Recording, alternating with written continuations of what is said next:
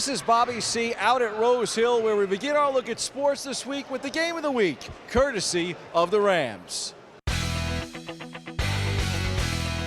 Fordham hosting the 20-7 Rhode Island Rams at Rose Hill Gym. At just 1-13 in conference play, Fordham entered as the heavy underdog, but this one would go down to the wire. Jeff Doughton uses the screen and knocks down the jumper. Then it's Doughton again, this time from the corner. Joel Soriano uses his size on the other end with a nice post move. But the first half would belong to Tyrese Martin. Off the Darren Russell miss, Martin is there for the putback not once, but twice. Martin also showed his range from deep with a three-pointer to give Rhode Island the 26-19 lead. 2 seconds to go in the half. It's Martin again, hitting the jumper from downtown as time expires. Tyrese Martin would finish with 24 points and 16 rebounds, both game highs. URI leads Fordham 41-35 at the break. We go to the second half. Martin can't corral the pass stolen by Jalen Cobb and served up for Ertan Ghazi, cutting the lead to 4. URI takes advantage of Fordham's sloppiness, stealing the pass, leading to the fast break, and a monster slam from Tyrese Martin. But Fordham turns up the defensive pressure, trapping Doughton in the corner, forcing the turnover and the fast break layup. Just over 4 minutes to go. Kyle Rose passes it cross court to Chris Austin for 3. The lead is cut to 2. Still trailing by 2. Ghazi again comes up huge, sinking the corner 3. Fordham takes its first lead of the second half. 26 seconds to go. Antoine Portley misses the 3 from the same corner. Soriano grabs the rebound but is called for traveling. 6 seconds left and down by 1. Jacob Tobin is fouled. With the pressure on, Tobin gets the friendly roll on the first. And on the second, nothing but net. Rhode Island takes the 1-point lead. Last chance for Fordham. Josh Colon cuts to the basket. No good. URI survives a nail-biter, taking the 76-75 win. Here's Fordham coach Jeff Neubauer on the tough loss. Our guys have been determined all year, and so we've certainly come up short a number of times, but you know, our guys do love to compete for each other. They do play for each other. And you know, tonight was another example of that, where our guys played a great game, and we just have to play a little bit better next time out. Tough winner for the Fordham men, especially in A-10 play, where they only have one win on the season. Injuries have doomed the Rams all year long. The conference tournament looms in mid-March. Heck, anything can happen at the Barclays Center.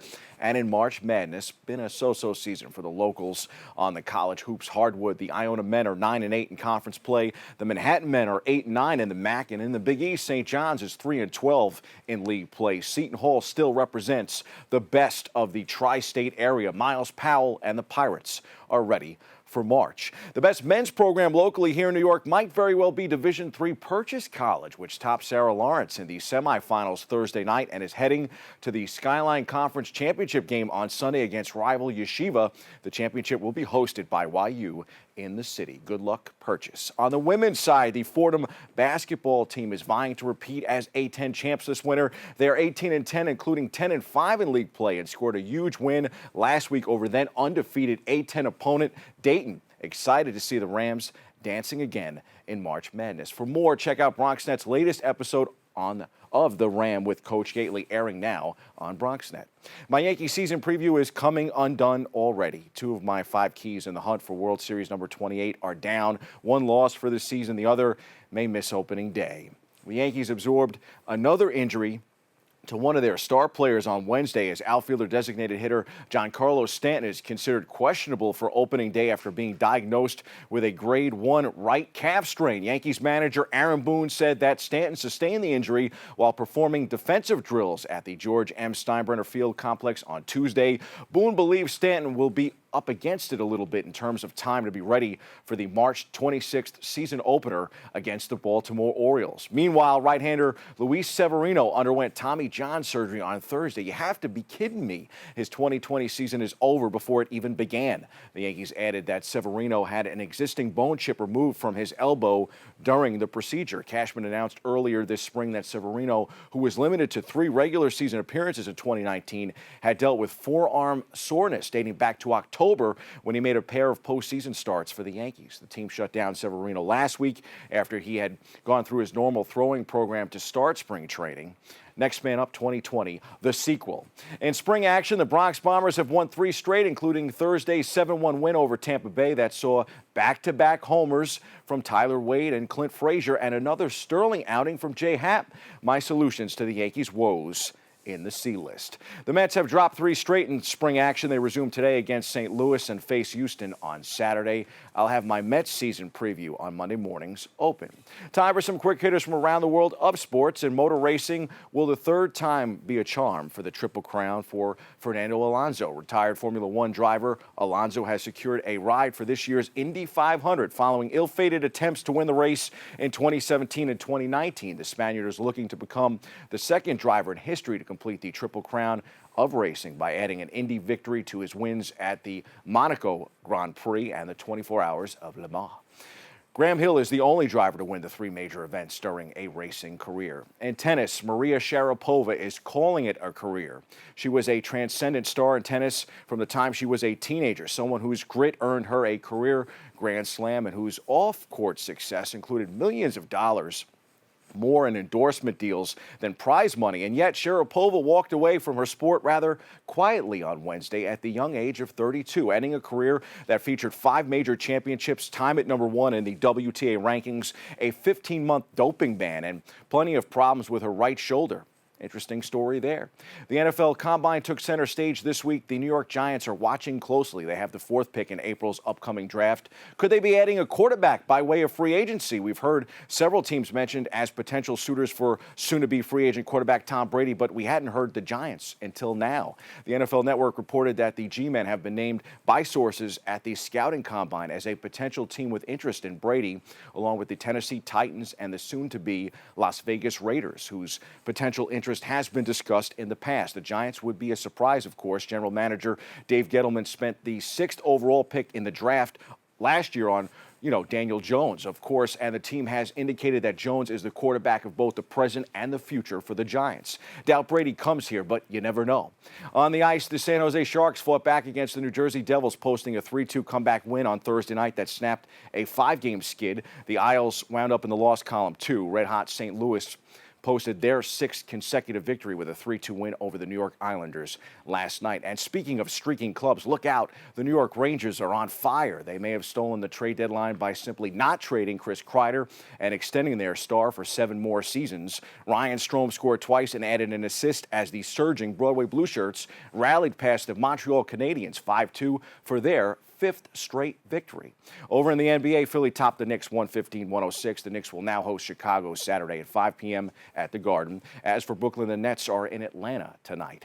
Those are the headlines. We hit the C list for a game plan for the injury-riddled Bronx Bombers.